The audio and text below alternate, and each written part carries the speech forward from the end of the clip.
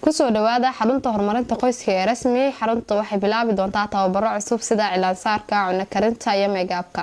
cunno karinta qofka waxaa la bari doonaa muddo 2 bilood ah. cunooyinka la bari doonana waxaa kamid ah sida cunooyinka waaweynka, macmacaanka, saladaadka, shuruudaadka iyo habka loo alifto cunooyinka ama cunooyinka uu haysto ugu sameysan lahaa cuno la cuni karo.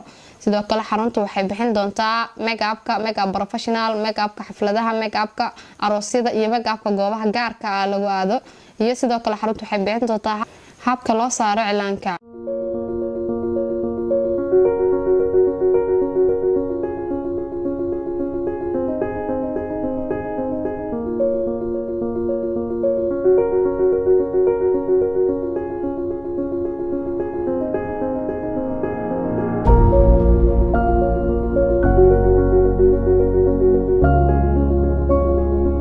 waa xirfad qurxin iyo soo jiidasho leh. hadaba ma doonaysaa inaad wax barato gabar yahay? hadaba noo kaale xarunta horumarinta qoyska ee rasmi.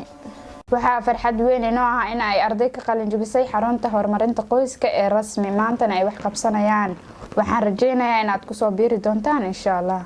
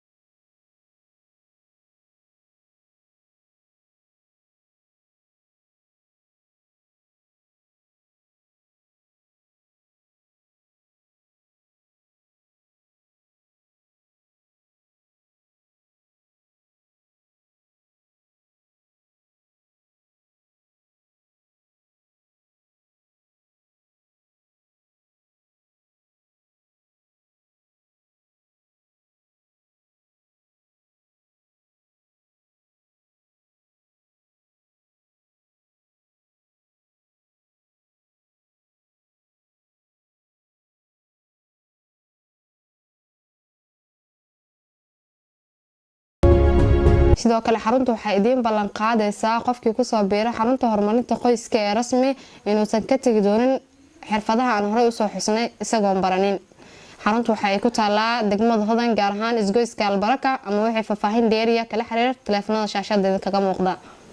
xarunta horumarinta qoyska ee rasmi halku dhigeedu waa heer sare.